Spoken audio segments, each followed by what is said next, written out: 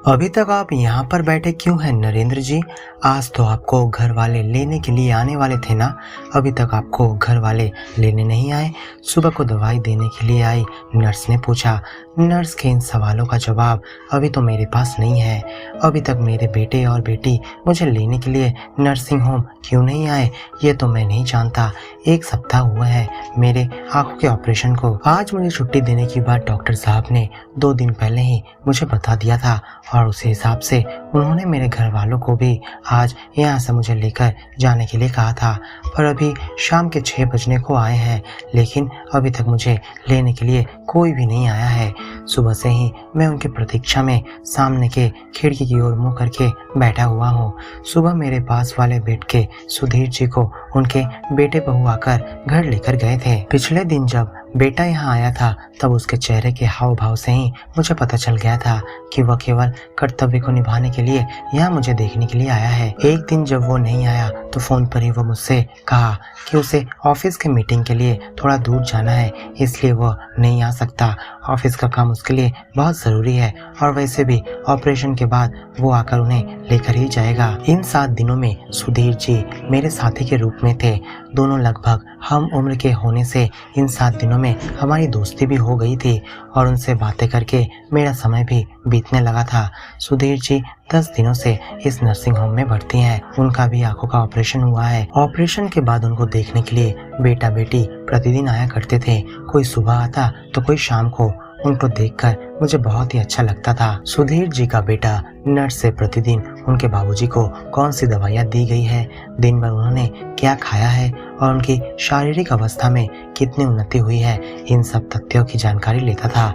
उनके दोनों बेटे और बेटियों की शादी हो चुकी थी और वे सब नौकरी करते थे, पर फिर भी अपने बाबूजी के लिए ठीक समय निकालकर प्रतिदिन उनसे मिलने के लिए नर्सिंग होम में आ जाते थे। सुधीर जी कहते, मेरी बेटी, बहू, बेटा और दामाद सभी लोग मेरा बहुत ही अच्छी तरह से ख्याल रखते हैं। मैं तो अपने आप को बहुत ही भाग्यशाली मानता हूँ कि वे कभी भी मुझे अपने से दूर नहीं करते हैं। पत्नी के स्वर्गवास के बाद वे मुझे एक पल के लिए भी अकेला नहीं छोड़ते हैं। यहाँ तक कि वे जहाँ घूमने जाते हैं वहाँ भी मुझे अपने साथ लेकर जाते हैं। मुझे अकेले घर पर छोड़कर कभी भी नहीं गए हैं। मैंने उन्हें कितनी बार कहा है कि मेरी उम्र हो गई है, अब मुझे थोड़ी विश्राम की ज़रूरत है, मुझे तुम घर पर अकेले छोड़कर जाया करो, पर वे लोग मेरी बातों को सुनते ही कहाँ हैं। वे कहते हैं कि अगर आपको अकेले छोड़कर हम चले गए तो कहीं आपको किसी प्रकार की असुविधा हुई या आप अस्वस्थ हो गए तब क्या होगा, इसलिए वे मुझे हमेशा अपने साथ ही रखते हैं। कौन कह सकता है कि उनकी इतनी देखरेख के बाद भी मेरा कोई अनिष्ट ना हो। उस रात मुझे अचानक से अपने आंखों के सामने सिर्फ अंधेरा दिखाई देने लगा। बेटे से मैंने कहा कि वो टेंशन की वजह से हुआ होगा, थोड़ी देर बाद ठीक हो जाएगा, किंतु वे लोग नहीं माने।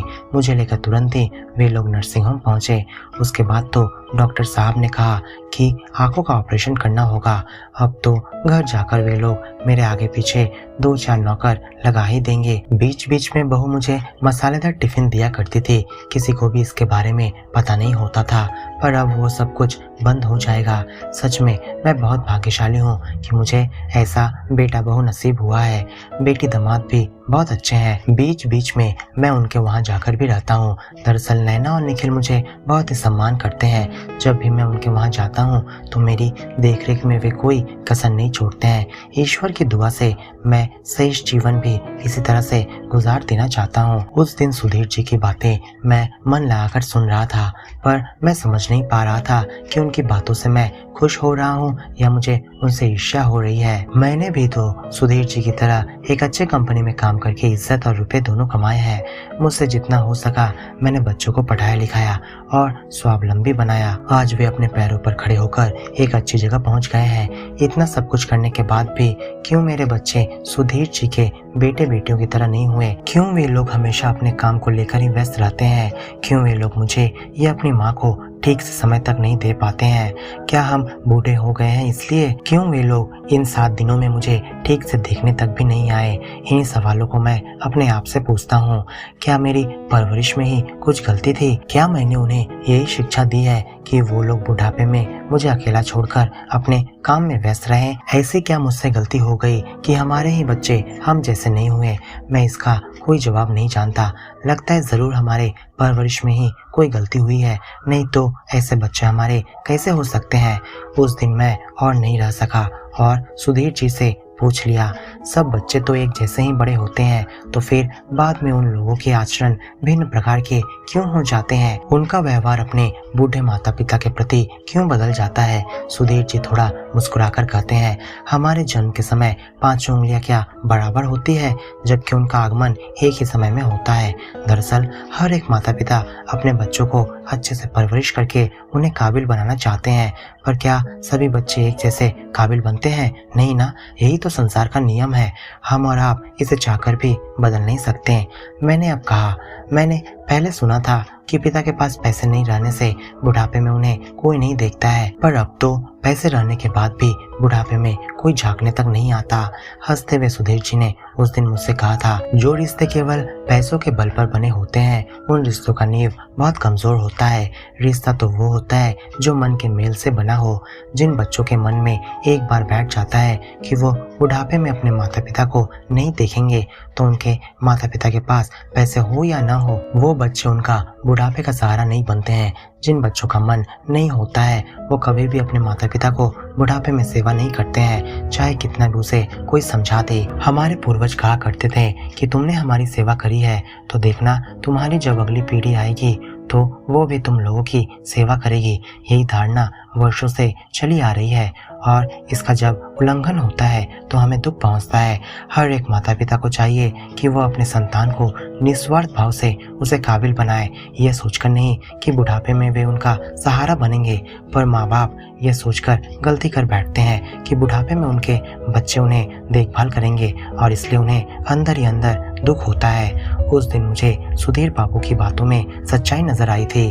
उस दिन से मैंने निर्णय लिया कि अब से मैं कभी भी अपने बच्चों से किसी प्रकार की उम्मीद नहीं करूंगा। इतना सब मैं सोच रहा था कि तभी बेटी ने आकर आवाज लगाई, माफ करिएगा पापा जी, आज आने में थोड़ी देर हो गई। दरअसल भैया के ऑफिस में आज एक मीटिंग है, और मीटिंग के बाद वे भाभी को लेकर घूमने जाने वाले हैं, इसलिए उन्होंने मुझसे कहा कि मैं आपको लेने के लिए चली आऊं। पर मेरे बेटे को कोचिंग सेंटर से देकर मैं जब वापस आ रही थी, तब ट्रैफिक ज्यादा होने के कारण मुझे देर हो गई। मैंने उससे कुछ नहीं कहा, बस एक हल्की सी मुस्कुराहट भरी नजरों से उसकी तरफ एक बार देखा और घर की ओर हम रवाना हो गए। मुझे समझ में आ गया कि उस दिन भी बेटी ने झूठ ही कहा था। बेटी ने ठीक ही कहा है कि उन लोगों के पास अपने बाबूजी के लिए अभी समय ही कहाँ है। कितने दिनों तक वो बाबूजी का ध्यान रखेगी? थोड़ा तो एडजस्ट सभी को करना ही पड़ेगा, कुछ कम या कुछ ज्यादा। तो दोस्तों, क्या आपको ये कहानी अच्छी लगी है तो इस वीडियो को लाइक और अपने दोस्तों के साथ शेयर जरूर करें, और ऐसे नई स्टोरी सुनने के लिए हमारे चैनल को सब्सक्राइब करना बिल्कुल ना भूलें। आपको कौन सी प्रकार की कहानी पसंद है हमें कमेंट में लिखकर जरूर बताएं।